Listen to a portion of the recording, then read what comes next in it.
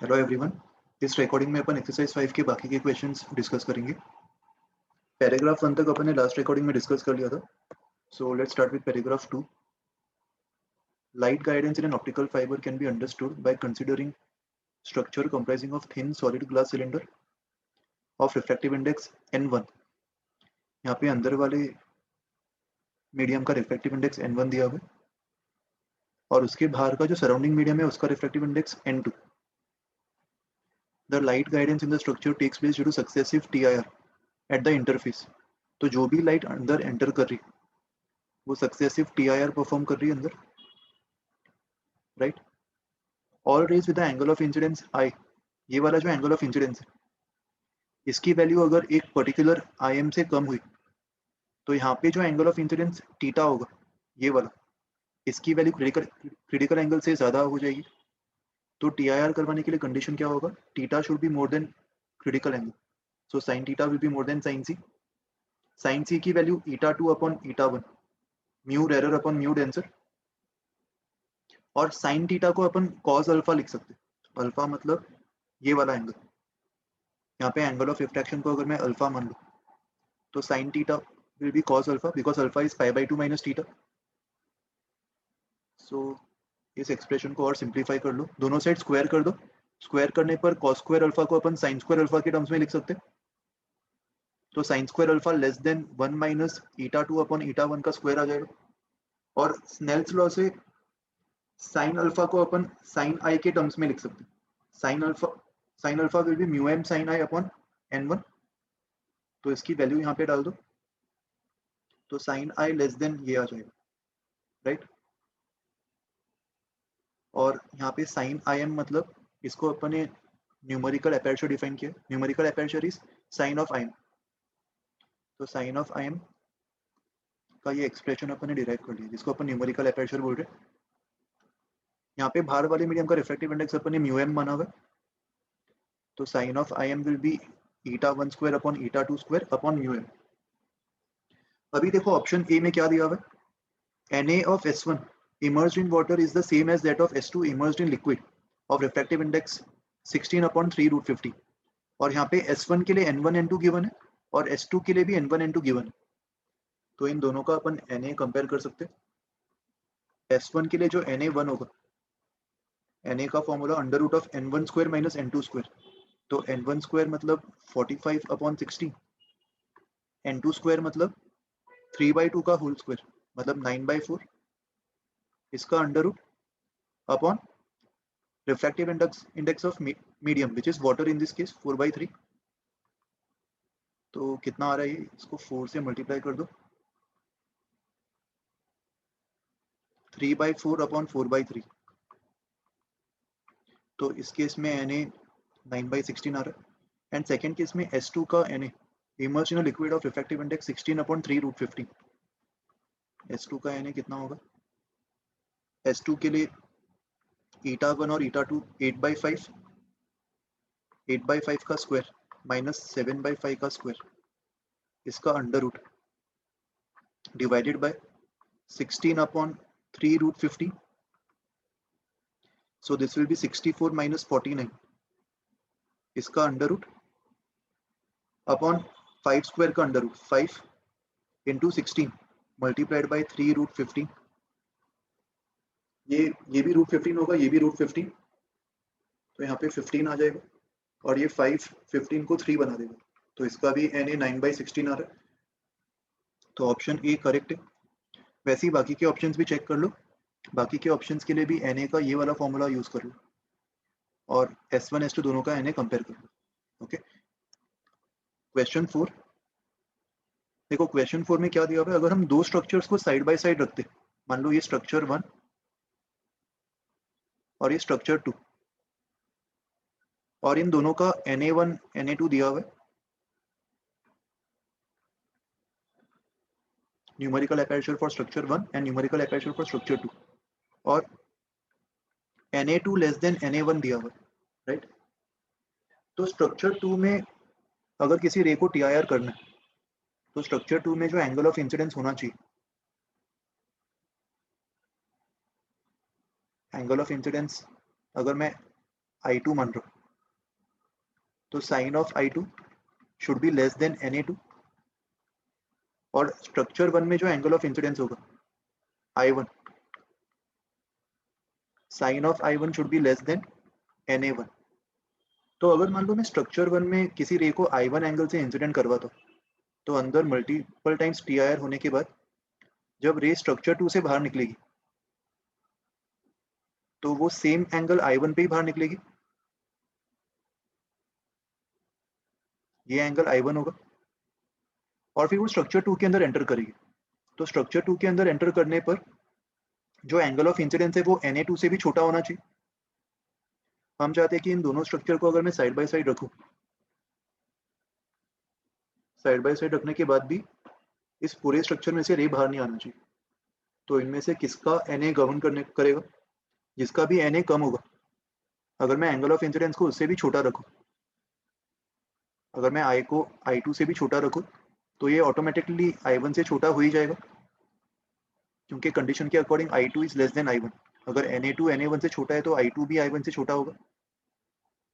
तो अगर मैं एंगल ऑफ इंसिडेंस को I2 से छोटा रखूंगा तो ऑटोमेटिकली स्ट्रक्चर 1 के अंदर TIR हो ही जाएगा, राइट। तो अगर हम चाहते हैं कि इन दोनों स्ट्रक्चर से TIR हो, तो कंबाइंड स्ट्रक्चर का जो न्यूमेरिकल एपर्चर है उसको अपन Na2 बोल सकते हैं। जिसका भी Na छोटा होगा वही Na गवर्न करेगा। हम चाहेंगे कि जो इंसिडेंट रे बाहर का, उसका एंगल स्ट्रक्चर 2 के I2 के कंपैरिजन में छोटा होना चाहिए, राइट।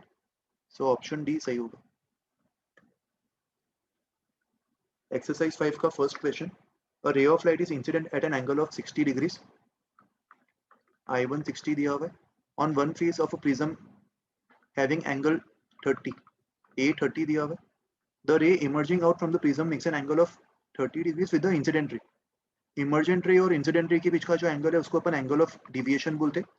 ये 30 डिग्रीज गिवन है। सो यहाँ पे डिविएशन का फॉर्मूला अप्लाई कर दो, I1 plus I2 minus A, 30 equals to 60 plus I2 minus 30। तो यहाँ से I2 0 आ रहा है, I2 0 मतलब R2 भी 0 होगा, मतलब जो रे है वो सेकेंड फेज को नॉर्मली हिट करेगी, राइट।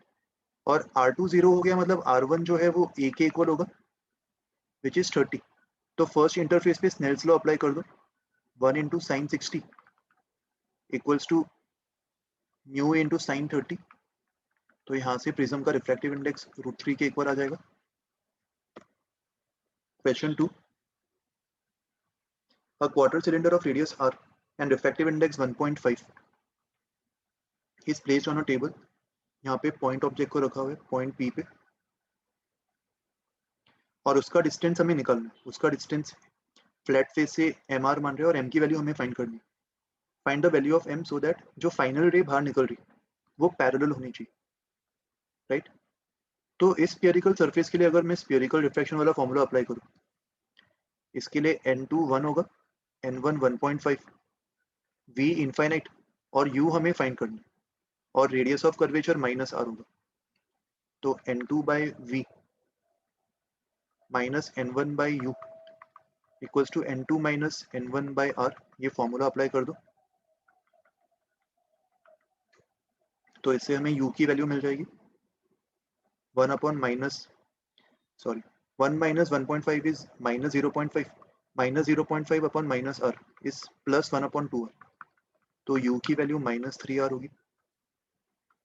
तो स्फीयरिकल रिफ्रैक्शन के लिए जो ऑब्जेक्ट है उसका डिस्टेंस स्फीयरिकल इंटरफेस से 3r होना चाहिए, राइट। यहाँ पे I1 होना चाहिए। और अगर ये स्फीयरिकल रिफ्रैक्शन वाले इंटरफेस के लिए ऑब्जेक्ट है तो ये प्लेन सरफेस वाली रिफ्रैक्शन के लिए इमेज होगा, और प्लेन सरफेस की रिफ्रैक्शन में जो इमेज होता है उसको मैं d डैश मान सकता हूँ, और ये वाले डिस्टेंस को d। तो यहाँ पे d dash upon d equals to n2 upon n1, ये फॉर्मूला अप्लाई कर दो। d डैश मतलब प्लेन सरफेस से डिस्टेंस कितना होगा, d डैश की value 3r minus r, 2r लिख सकते हैं। So 2r upon d equals to n2, n2 मतलब 1.5, n1 मतलब 1, राइट। और d के बजाय mr लिख दो, तो r कैंसिल हो जाएगा, और यहाँ से m की वैल्यू 2 अपॉन 3/2 m की वैल्यू 4/3 आ जाएगी इससे। Okay, question 3, convex lens of focal length 15 centimeters and concave mirror of focal length 30 centimeters are capped with their optical axis PQ and RS parallel but separated by a distance of 0.6. So देखो दोनों के principal axis में 0.6 का difference है. The distance between the lens and the mirror is 30 centimeters. An upright object of height 1.2 centimeters is placed on the optic axis PQ of the lens. So PQ को अपन lens का principal axis मान रहे और इसको mirror का, और object का length 1.2 दिया हुआ है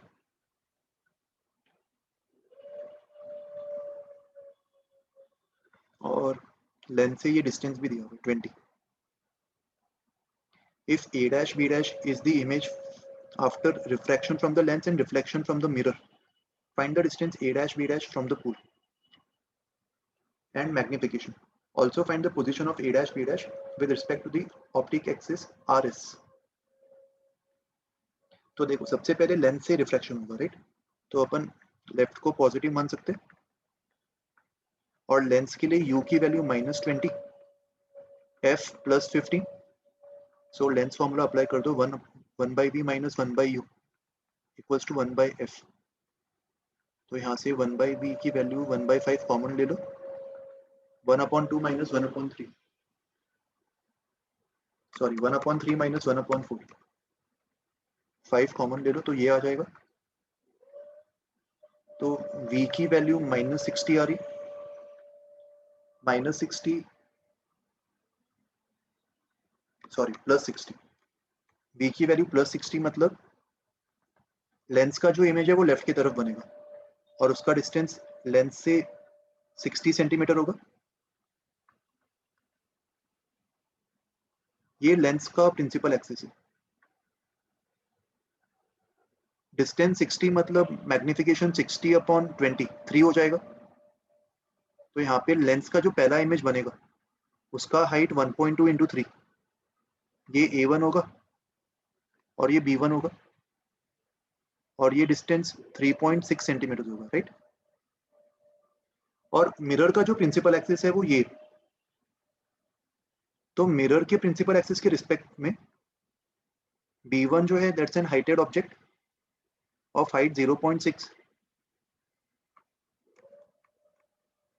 और A1 भी हाइटेड ऑब्जेक्ट होगा और इसका जो हाइट है वो 3.6 माइनस 0.6 मतलब 3 होगा, राइट? और मिरर के लिए ये ऑब्जेक्ट की तरह बिहेव करेगा. इसका डिस्टेंस मिरर से 30 सेंटीमीटर होगा. तो अभी मिरर के लिए मिरर फॉर्मूला अप्लाई कर दो, 1/v + 1/u. मिरर के लिए u +30 होगा बिकॉज वो वर्चुअल ऑब्जेक्ट की तरह बिहेव करेगा, इक्वल्स टू 1/f, f -30. तो यहाँ से v -15 आ रहा है, मतलब मिरर के लिए जो मैग्निफिकेशन है वो +1/2 होगा. मैग्निफिकेशन -v/u होता है, तो -15/30 + 1/2. तो फाइनल इमेज कहाँ पे बनेगा?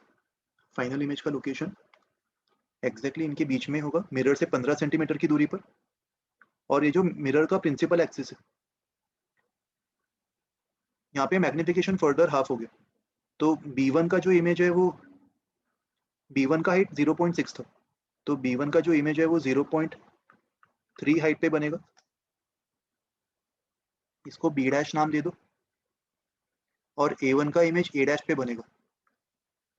A1 का जो हाइट है वो 3 था, तो इसका हाइट 1.5 हो जाएगा, राइट? तो final length of the image A', B' will be 1.8 centimetres. और ओरिजिनल ऑब्जेक्ट के रिस्पेक्ट में जो ओवरऑल मैग्निफिकेशन होगा वो कितना होगा? A', B' का लेंथ अपॉन ओरिजिनल AB का लेंथ. तो ये 1.8/1.2 विद अ माइनस साइन, क्योंकि ओरिजिनल ऑब्जेक्ट के रिस्पेक्ट में फाइनल इमेज इन्वर्टेड आ रहा है. ओरिजिनल में A ऊपर था, B नीचे था, और फाइनल इमेज में A' नीचे और B' ऊपर. तो मैग्निफिकेशन को अपन -1.5 लिख सकते हैं. ओके, क्वेश्चन 4 देखो अभी. क्वेश्चन 4 में दो टाइप के ग्लासेस गिवन है, crown glass and flint glass. Crown glass के लिए ब्लू लाइट और रेड लाइट, इसका रिफ्रैक्टिव इंडेक्स 1.51 और 1.49 दिया हुआ है, और फ्लिंट ग्लास के लिए 1.77 और 1.73।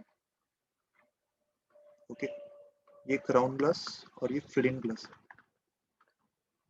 और क्राउन ग्लास का जो एंगल ऑफ प्रिज्म है ये 6 डिग्रीज गिवन है। A beam of white light is incident at a small angle on this prism. The other flint glass isosceles prism is combined with the crown glass such that there is no deviation. Determine the angle of flint glass prism. इसका angle हमें find करना है। और no deviation के लिए पहले का deviation और दूसरे का डिविएशन मैग्नीट्यूड वाइज इक्वल होना चाहिए और साइन वाइज ऑपोजिट होना चाहिए, तभी वो एक दूसरे को कैंसिल कर पाएंगे। डिविएशन का फॉर्मूला होता है म्यू एवरेज माइनस 1 इंटू ए। तो यहाँ पे म्यू एवरेज कितना होगा 1.5 और इसके लिए mu average 1.75। So 1.5 minus 1 into A1 equals to 1.75 minus 1 into A2. So 0.5 into 6 will be equals to 0.75 into A2, 2 and 3। तो यहाँ से A2 की वैल्यू मिल जाएगी हमें, A2 4 डिग्रीज आ जाएगा, राइट। और क्या पूछा है यहाँ पे, net dispersion of the combined system, θ1 plus θ2 find करना है। यहाँ पे θ1 θ2 दोनों का सेंस ऑपोजिट होगा। θ1 कितना होगा,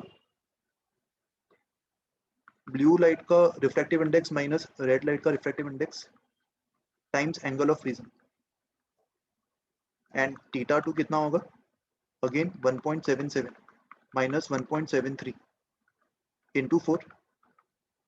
तो जो नेट होगा वो इन दोनों का डिफरेंस होगा। थीटा नेट को अपन लिख सकते 0.02 इंटू 6 माइनस 0.04 इंटू 4।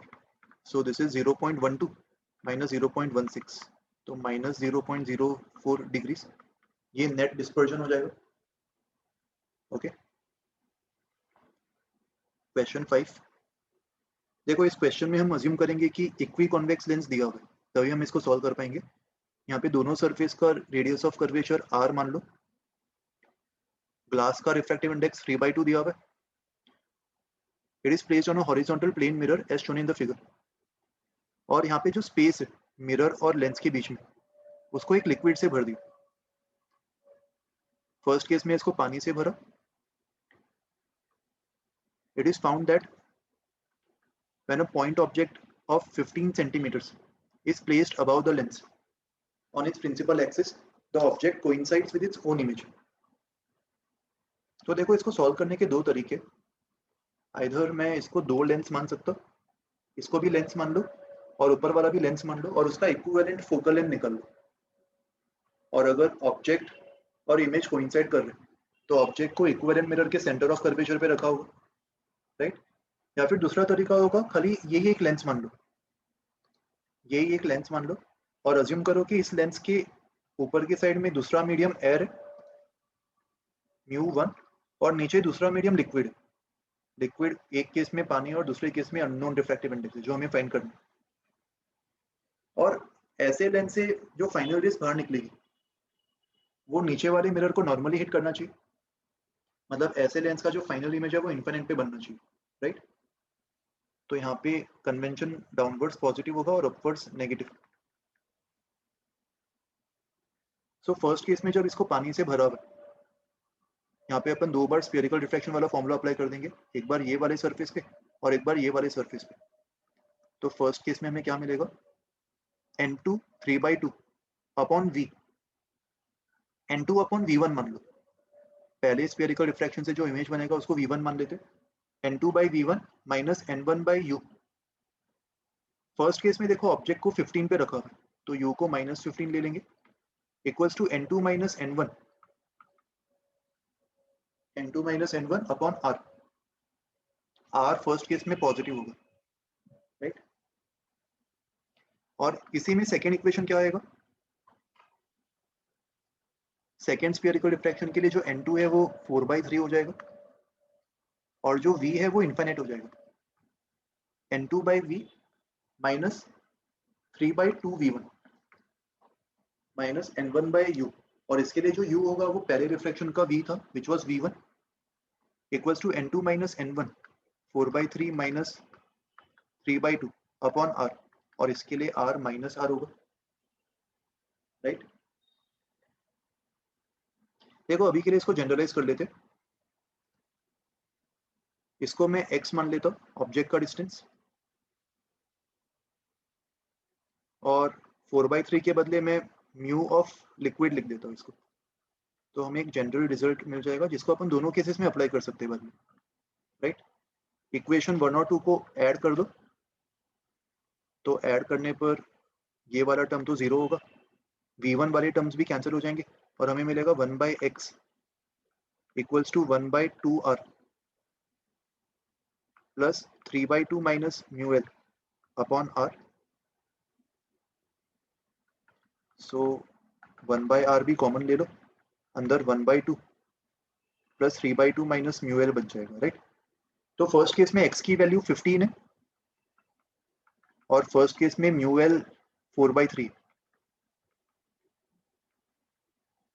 तो इसको सिंप्लीफाई कर लो, 3/2 माइनस 4/3 कितना होगा, 9 माइनस 8 1 1/6 1/6 प्लस 1/2 3/6 प्लस 1/6 4/6, तो ये 2/3R हो जाएगा first equation. And second case में जो डिस्टेंस है वो 25 दिया हुआ है, तो सेकेंड केस में x को 1/25 डाल देंगे इक्वल्स टू 1/R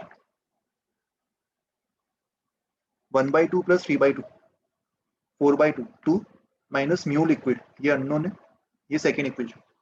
इन दोनों इक्वेशन को डिवाइड कर दो, तो LHS में 25/15 मतलब 5/3 बच जाएगा, और RHS में 2/3 2 माइनस म्यू एल, तो 3 कैंसिल हो जाएगा, एंड 2 माइनस म्यू एल की वैल्यू 2/5 मतलब 0.4, तो यहाँ से म्यू एल की वैल्यू 1.6 आ जाएगी, right. Question 6, radii of curvature दोनों लेंस का, दोनों सरफेस का R दिया हुआ है, focal length of the lens, focal length मतलब अगर रे इनफाइनाइट से आ रही तो फाइनली वो जिस भी पॉइंट पे कन्वर्ज करेगी उसका जो डिस्टेंस होगा सिस्टम से उसी को अपन फोकल लेंथ बोलते हैं। तो दो बार स्फेरिकल रिफ्लेक्शन वाला फॉर्मूला अप्लाई कर दो, μ2/v1 minus μ1 by infinite equals to μ2 minus μ1 by plus R, right, positive होगा इधर। एंड सेकेंड केस के लिए μ3 बाय फाइनल v जिसको f बोल सकते minus μ2 by v1 equals to μ3 minus μ2 by r। इन दोनों इक्वेशन को ऐड कर दो, तो ये वाला टर्म जीरो, μ2/v1 और माइनस μ2/v1 भी कैंसिल हो जाएगा, μ3/f will be equals to μ2 minus μ2 भी कैंसिल हो जाएगा, और यहाँ पे μ3 माइनस μ1/r बच जाएगा, तो f की वैल्यू μ3r अपॉन μ3 माइनस μ1 ये आ रही है, okay. Question 7, a ray is incident on a medium consisting of two boundaries, one plane and other curved, ये प्लेन सरफेस दिया हुआ है और ये कर्व सरफेस दिया हुआ है, रिफ्रैक्टिव इंडेक्स इसका √2 और इसका 1.514, प्लेन सरफेस का जो एंगल है हॉरिजॉन्टल से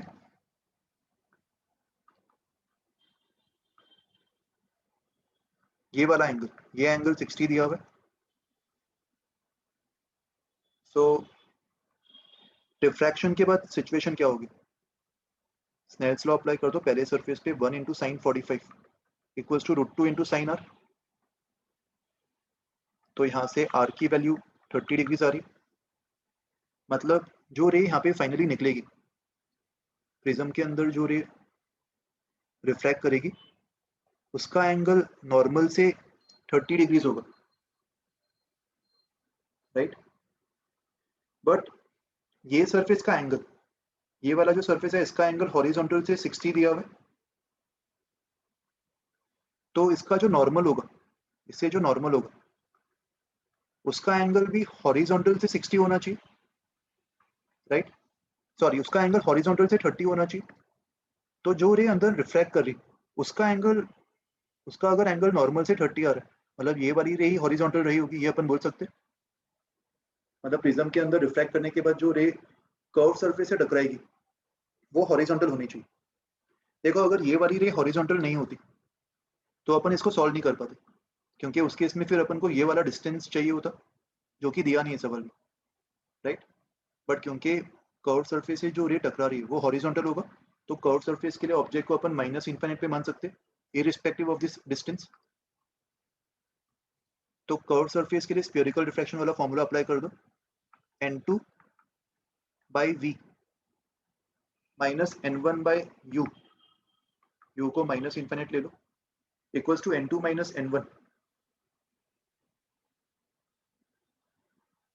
n2 मतलब 1.514, n1 मतलब 1.414, n2 minus n1 by r, radius of curvature 0.4 given है, ये वाला टर्म जीरो हो जाएगा और 1.514 माइनस 1.414 ये 0.1 होगा। तो यहाँ से v की वैल्यू 1.514 इंटू 4 ये आ जाएगी।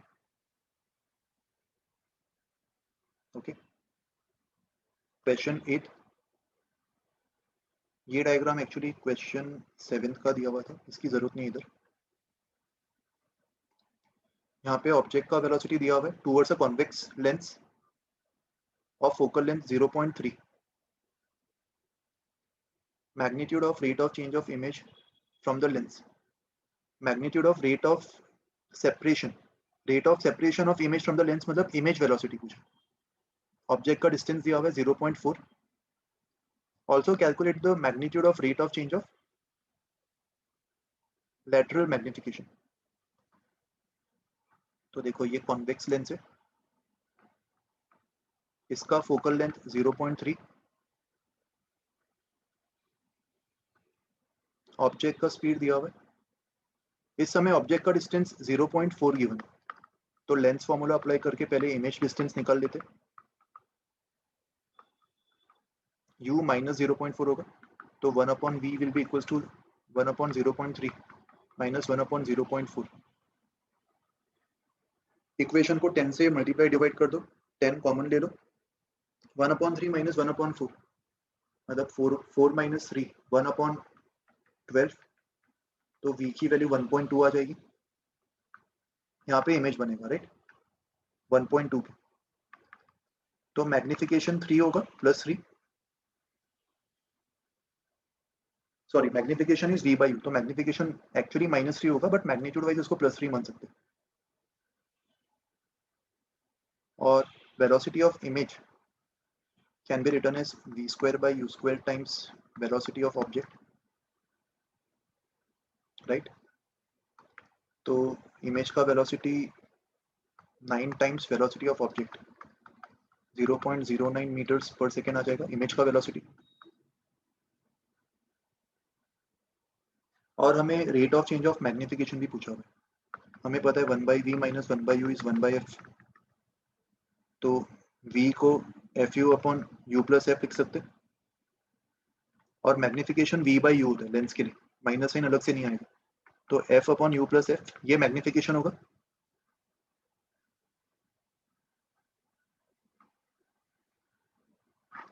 ये सेकेंड पार्ट, ये फर्स्ट पार्ट, तो यहाँ पे मैग्निफिकेशन को डिफरेंशिएट कर दो,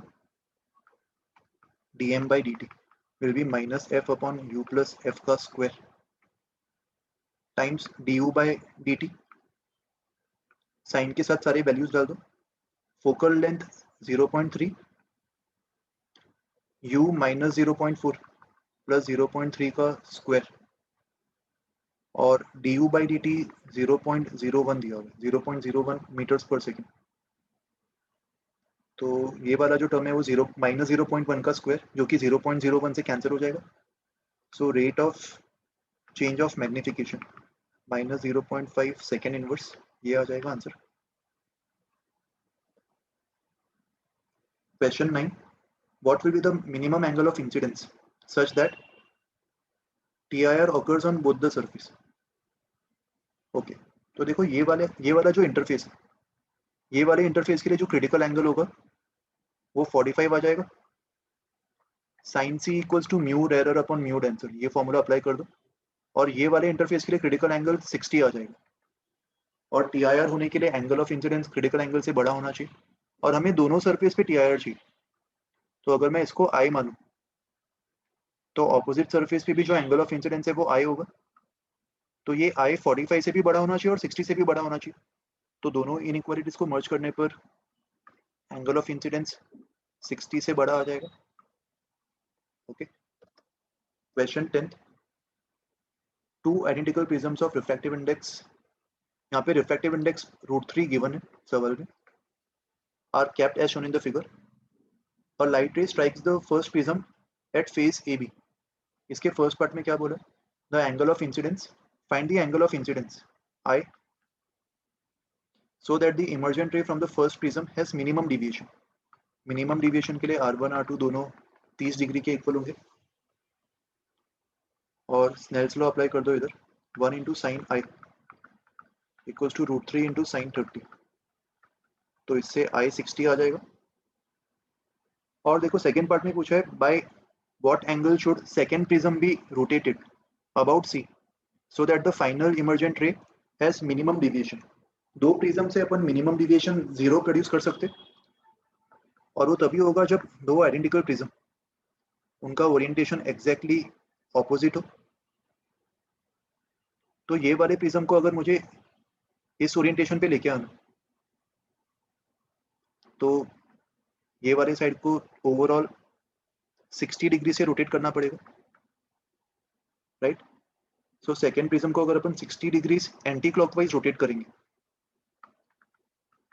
तो वो उसका ओरिएंटेशन फर्स्ट प्रिज्म के एग्जैक्टली ऑपोजिट हो जाएगा, और दोनों से जो नेट डिविएशन है वो 0 हो जाएगा, which is minimum, right. Question 11, an image y is formed of a point object x by a lens whose optical axis is AB. Draw a ray diagram to locate the lens and its focus. देखो यहाँ पे height जो है दोनों का लगभग same, तो lens लगभग दोनों के मिडवे पे रहा होगा,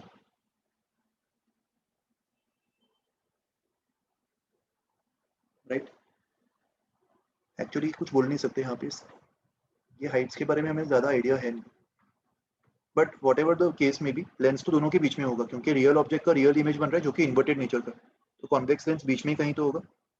और ये रे डायग्राम अपन बना सकते, पैरेलल रेज फोकस से पास करेगी तो ये लेंस का फोकस होगा, और लेंस के सेंटर से, ऑप्टिकल सेंटर से रे अनडिवेटेड निकल जाएगी, राइट। और अगर सेम चीज मुझे मिरर के लिए करना होता, अगर ये ऑब्जेक्ट है और ये इमेज है, तो यहाँ पे इमेज डेफिनेटली डिमिनिश्ड होता, क्योंकि अगर मैं मिरर को ऐसे रखता हूँ, इस तरफ अगर मैं मिरर को रखता हूँ तो इसको मैं फोकस मान सकता हूँ, इसको सेंटर ऑफ कर्वेचर 2f। तो ऑब्जेक्ट को अगर बियॉन्ड सेंटर ऑफ कर्वेचर रखा जाए तो image between focus and centre of curvature बन जाएगा, ये रे डायग्राम होगा, राइट। और सेंटर ऑफ कर्वेचर से रे अनडिविएटेड निकल जाएगी और वापस उसी पाथ पे रिफ्लेक्ट कर जाएगी, और यहाँ पे इमेज बन जाएगी। Question 12, the focal length of a thin biconvex lens is 20 when an object is moved from a distance of 25 in front of it to 50. First case में u -25, v का फॉर्मूला अपन directly fu upon u plus F लिख सकते हैं lens के लिए, right. तो 20 into -25 upon -25 plus 20 upon -5, v 100 आ रहा है। तो फर्स्ट केस में जो मैग्निफिकेशन होगा v बाई यू वो -4 आ जाएगा। सेकेंड केस में u -50 हो गया, तो v fu upon f plus you 20 into -50 upon 20 -50, तो कितना आ रहा है ये -100 अपॉन -30, तो यहाँ पे v प्लस 10/3 आ रहा है। तो सेकेंड केस में जो मैग्निफिकेशन होगा m2 उसको 10/3 अपॉन u अपॉन -50।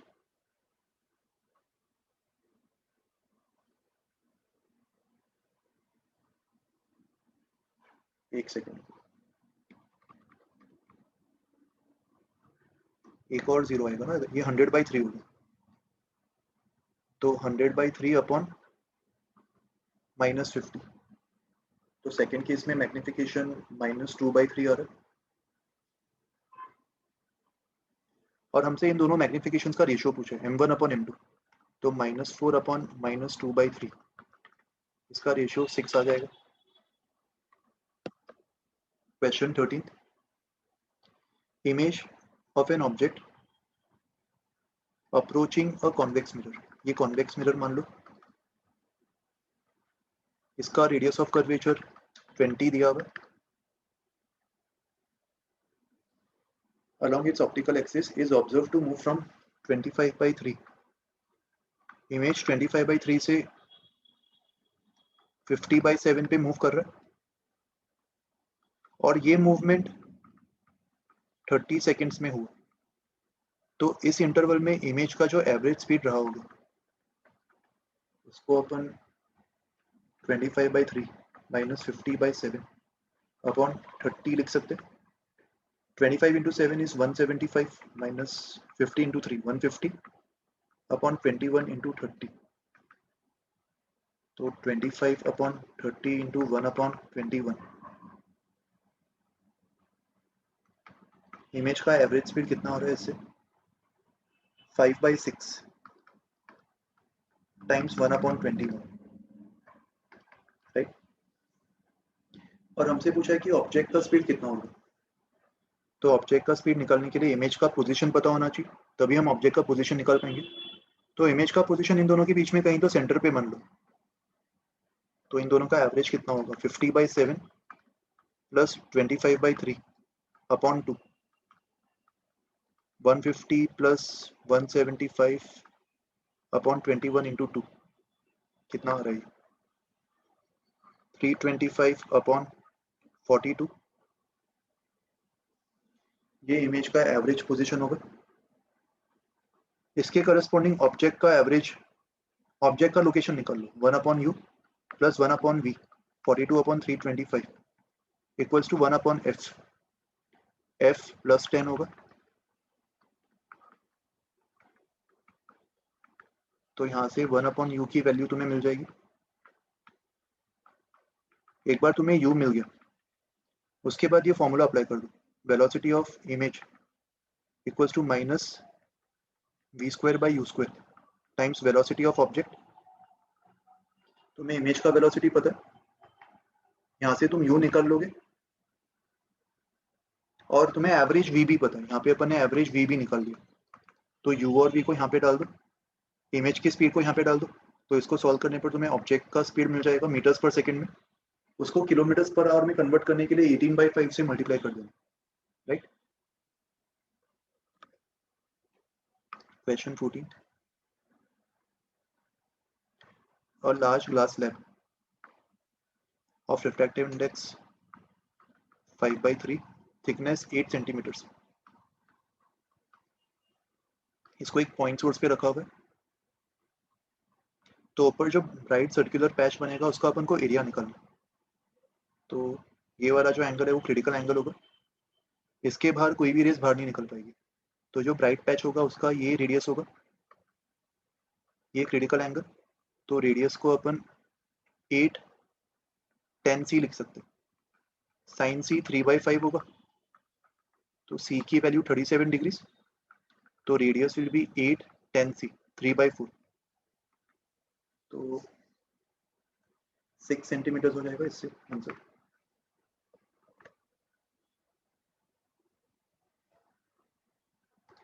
पानी का रिफ्रैक्टिव इंडेक्स दिया हुआ है, ऊपर एक कॉन्वेक्स लेंस के शेप में एक ऑयल फॉर्म हो रहा है जिसका रेडियस ऑफ कर्वेचर 6 दिया हुआ है, रिफ्रैक्टिव इंडेक्स 7/4, और बाहर एयर का रिफ्रैक्टिव इंडेक्स 1,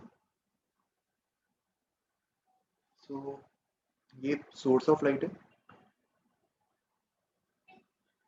इसका डिस्टेंस पानी के सरफेस से 24 दिया हुआ है।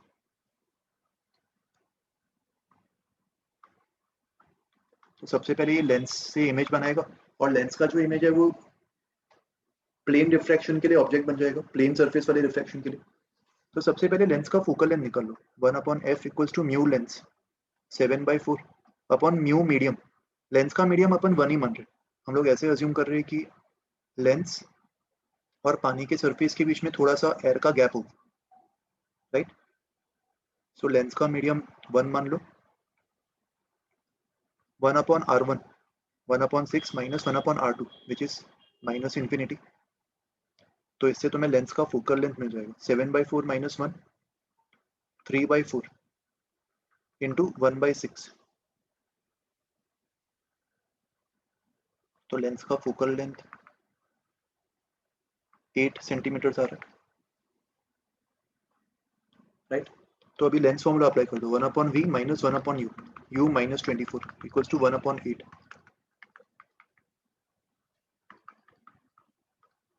एलसीएम ले लो, तो इससे v 12 सेंटीमीटर आ जाएगा। मतलब लेंस जो इमेज बनाएगा वो यहाँ से 12 सेंटीमीटर पे बना देगा, इसको अपन d मान सकते। So d dash upon d equals to n2 upon n1। Plane refraction के लिए भी अपन n1 को 1 मान लेंगे, राइट।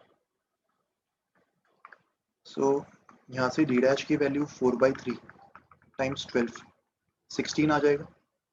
तो फाइनल इमेज जो है वो पानी के सरफेस से 16 सेंटीमीटर नीचे बनेगा और पानी का डेप्थ 18 दिया हुआ है, तो बॉटम से जो रिक्वायर्ड डिस्टेंस है वो 2 सेंटीमीटर हो जाएगा। Question 16, consider a concave mirror and a convex lens. Convex lens का रिफ्रैक्टिव इंडेक्स 1.5 दिया हुआ है और फोकल लेंथ 10 ईच, इसका फोकल लेंथ -10 होगा। दोनों के बीच का सेपरेशन दिया हुआ है 50। An object is placed at a distance of 15 centimetre. यहाँ पे ऑब्जेक्ट रखा हुआ है। It's erect image form by the combination has magnification of m1। और जब पूरे सेटअप को रिफ्रैक्टिव इंडेक्स 7/6 में रखा गया तो उसके इसमें मैग्निफिकेशन m2 है, हमें m2/m1 निकालना। तो यहाँ पे कॉम्बिनेशन दोनों मिला के इमेज कैसे बनाएंगे, सबसे पहले मिरर में रिफ्लेक्शन होगा और उसके बाद लेंस में रिफ्रैक्शन होगा। तो मिरर का तो फोकल लेंथ मीडियम पे डिपेंड नहीं करेगा। तो फर्स्ट केस में जब मैं रिफ्लेक्शन वाला केस लेता हूँ, यहाँ पे मिरर फॉर्मूला अप्लाई कर दूँ, लेफ्ट को पॉजिटिव मानेंगे, u minus 15 f minus 10,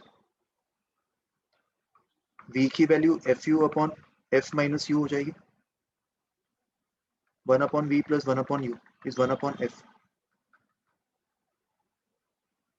u minus f upon fu। तो एक्चुअली ये fu upon u minus f होगा। डायरेक्टली ये फॉर्मूला भी अप्लाई कर सकते हो, f10 u minus 15 minus actually f minus 10 होगा ना। तो यहाँ से v कितना आ रहा है 150 अपॉन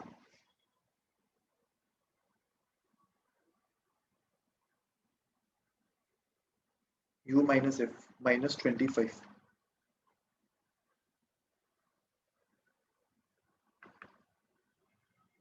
एक सेकेंड रुको, ये कैलकुलेशन एक बार वापस चेक कर लेते।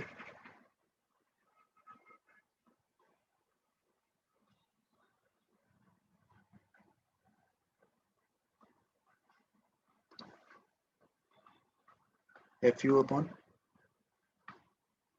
u minus f is minus 10, u is minus 15, u minus f minus 15 minus 10 minus 25, 150 upon minus 25। तो यहाँ से v माइनस 6 आ रहा है। मिरर फॉर्मूला से भी एक बार कंफर्म कर लो,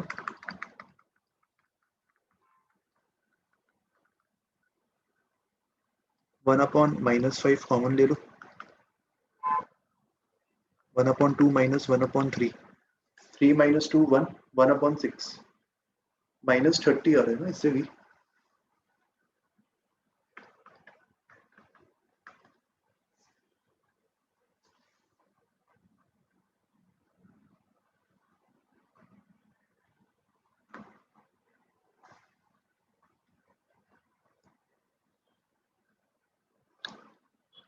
one upon v plus 1/u is 1/f. 1/v is u minus f upon uf. v को fu upon u minus f लिख सकते हैं।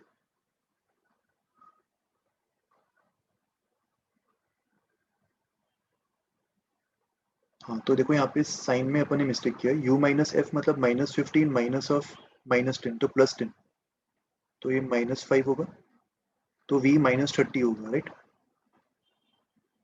सो मिरर का जो ऑब्जेक्ट है वो यहाँ पे बन रहा है, मिरर से 30 सेंटीमीटर दूर, और जो मैग्निफिकेशन प्रोड्यूस करेगा मिरर वो -2 का होगा, और लेंस से ये जो डिस्टेंस है ये 20 हो जाएगा, और लेंस का अगर फोकल लेंथ 10 है तो फाइनल इमेज 20 राइट में बनेगा I2, और लेंस का मैग्निफिकेशन -1 हो जाएगा, राइट। तो फर्स्ट केस में जो नेट मैग्निफिकेशन है M1 वो -2 इंटू -1 2 के इक्वल होगा,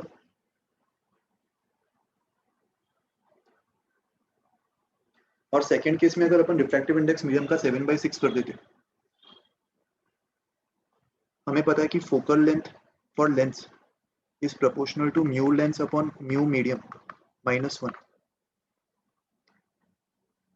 तो सेकेंड केस में जो फोकल लेंथ है उसको मैं f2 मान लेता हूँ, फर्स्ट केस में जो फोकल लेंथ है उसको f1 जो कि 10 दिया, इसको अपन लिख सकते हैं इक्वल्स टू म्यू लेंस 3/2 है, और सेकेंड केस में म्यू मीडियम 7/6 -1, फर्स्ट केस में भी म्यू लेंस 3/2 और म्यू मीडियम 1 -1, तो यहाँ से लेंस का सेकेंड केस में जो फोकल लेंथ है वो हमें मिल जाएगा 3/2 minus 7/6 upon 7/6 divided by 3/2 minus 1 which is 1/2. 3/2 minus 7/6 मतलब 18 minus 14 4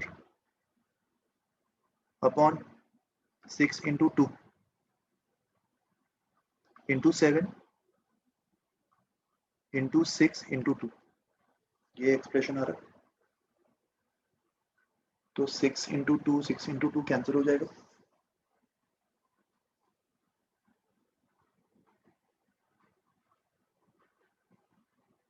सेकेंड केस में फोकल लेंथ f2 4/7 टाइम्स 10 हो जाएगा 40/7, राइट। तो मिरर फॉर्मूला अप्लाई कर दो, 1/v plus 1/30 equals to 1/f2 मतलब 7/40, तो 1/v will be equals to 7/40 minus 1/30,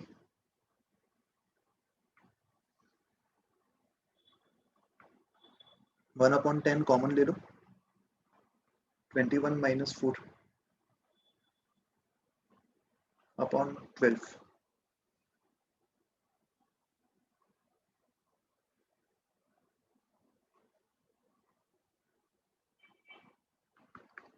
तो यहाँ से 1/v कितना आ रहा है 17/120, तो v की वैल्यू 120/17, तो सेकेंड केस में लेंस ने जो सेकेंड मैग्निफिकेशन प्रोड्यूस किया वो v/u 120/17, और u कितना था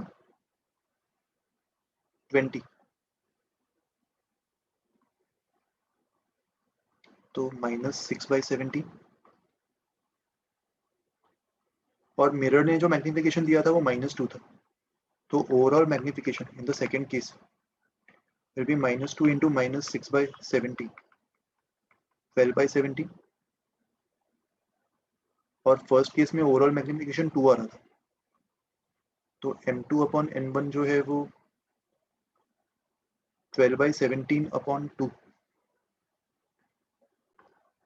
अच्छा देखो यहाँ पे अपन एक मिस्टेक की है, यहाँ पे एक्चुअली 1/f इसके प्रोपोर्शनल होगा, राइट। सो F2/10 के बदले ये 10/f2 हो जाएगा।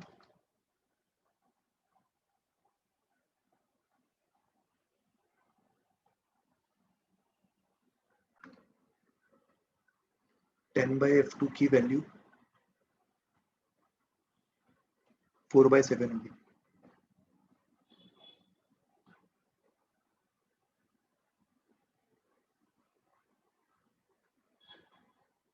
यहाँ पे 10/f2 आएगा।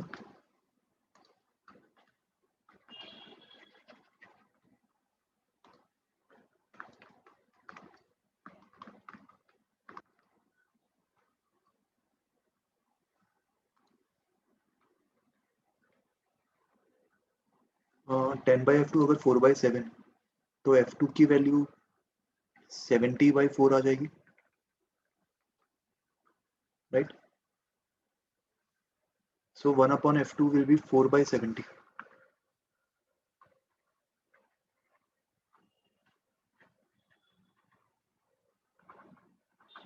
इसको सॉल्व कर लो।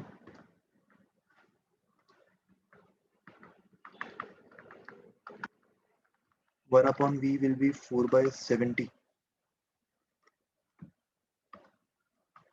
1/10 कॉमन ले लो, सो 4/7 माइनस 1/3।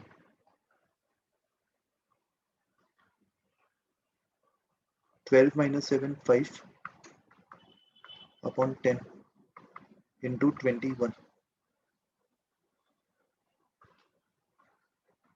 तो सेकेंड केस में V 42 आ रहा है और मैग्निफिकेशन विल बी 42 V/U, तो 42/-20 माइनस 21/10, ये M2 आ रहा है।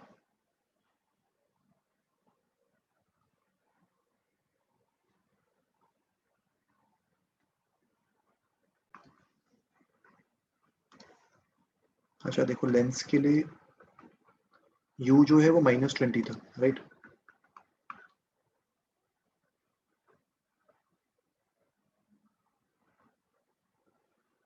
U -20 था, सो 1/10 कॉमन, 4/7 माइनस 1/2, 8 माइनस 7 1 1/140।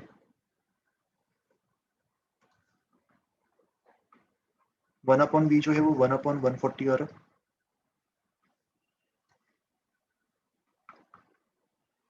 तो यहाँ से V की वैल्यू 140 आ जाएगी। सो मैग्निफिकेशन सेकेंड केस में कितना होगा?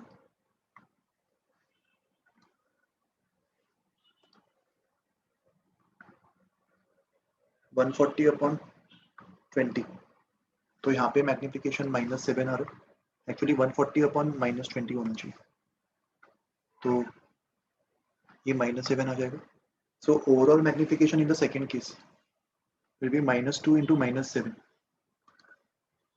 देखो मिरर का मैग्निफिकेशन तो दोनों में -2 ही होगा, राइट, तो वैसे भी कैंसिल होने वाला। तो ओवरऑल मैग्निफिकेशन का जो रेशियो है M2/M1 वो 14/2 7 आएगा। इसको डायरेक्टली अपन खाली लेंस का मैग्निफिकेशन फर्स्ट केस में -1 और सेकेंड केस में -7, उससे भी सेम आंसर आता। फाइनल क्वेश्चन देखो, क्वेश्चन 17। यहाँ पे इक्विलैटरल प्रिज्म दिया हुआ है, ए की वैल्यू 60 होगी, इंसिडेंट एंगल 60 दिया हुआ है, रिफ्रैक्टिव इंडेक्स ईटा और जो इमर्जेंट एंगल है थीटा, इन दोनों को अपन वेरिएबल मान रहे हैं, राइट। सो इस केस में हमें D theta by D N की वैल्यू निकालनी है when eta becomes equals to √3 and theta की वैल्यू 60 गिवन। सो देखो I1 तो कांस्टेंट है, I1 60 है, स्नेल्स लॉ अप्लाई कर दो, √3 sin R1 इक्वल्स टू 160। तो इस पर्टिकुलर इंस्टेंट पे R1 की वैल्यू 30 होगी, बट R1 को अपन कांस्टेंट नहीं मान सकते। R1 will be a function of refractive index, but इस इंस्टेंट पे अपन R1 को 30 मान सकते हैं, राइट। A60 मतलब R2 30, तो I2 भी 60 आ जाएगा इस केस में, जो कि गिवन है, और इसको अपन कैलकुलेट भी कर सकते थे। I2 मतलब थीटा 60 आ रहा है, और हमारा टारगेट है D theta by D eta निकालना। तो उसके लिए theta as a function of eta निकालना होगा, राइट। तो सेकेंड सरफेस पे अगर मैं स्नेल्स लॉ अप्लाई करूं, eta time sine R2 1 into sine theta हो जाएगा। इसी को डिफरेंशिएट कर दो, इसी इक्वेशन को। तो साइन थीटा का differentiation cos theta into d theta by D eta, इसको ईटा के रिस्पेक्ट में डिफरेंशिएट कर दो, और इसको डिफरेंशिएट करने के लिए प्रोडक्ट रूल अप्लाई कर दो। First function differentiation of second function plus second function into differentiation of eta with respect to eta, वो 1 हो जाएगा, राइट। सो यहाँ पे थीटा की वैल्यू 60 डाल दो, क्योंकि इस पर्टिकुलर इंस्टेंट पे थीटा 60 है, और इसी इंस्टेंट पे अपन को D theta by D eta निकालना है, तो cos 60 हाफ हो जाएगा। बट यहाँ पे d are two by D eta two का हमें वैल्यू चाहिए, sorry not d eta two, ये तो डी ईटा ही रहेगा, d are two by D eta. तो इसको फाइंड करने के लिए फर्स्ट सरफेस पे भी स्नेल्स लॉ अप्लाई कर दो। 1 into sine 60 equals to eta into sine R1। तो साइन R1 की वैल्यू हमें मिल गई √3/2 ईटा, और R1 को अपन a माइनस R2 लिख सकते। इस इक्वेशन को डिफरेंशिएट कर दो, तो cos of a minus R2 into minus D are two by D eta equals to minus √3/2 eta square. And differentiate करने के बाद सारे वैल्यूज डाल दो जो इस इंस्टेंट पे गिवन है। A60 R2 30, तो cos 30 √3/2 हो जाएगा, माइनस साइन कैंसिल हो जाएगा, सो यहाँ से d are two by D eta 1 by eta square के इक्वल हो जाएगा, और ईटा √3 दिया हुआ, तो d are two by D eta को अपन 1 बाई √3 का स्क्वायर ये लिख सकते। Eta is √3 and cos R2 मतलब cos 30 √3/2, sin R2 मतलब sin 30 1/2। तो यहाँ पे √3 और √3 का स्क्वायर ये कैंसिल हो जाएगा, 1/2 प्लस 1/2 इज 1। तो सिंप्लीफाई करने पर डी थीटा बाई डी ईटा, इसकी वैल्यू 2 के इक्वल आ जाएगी, ओके।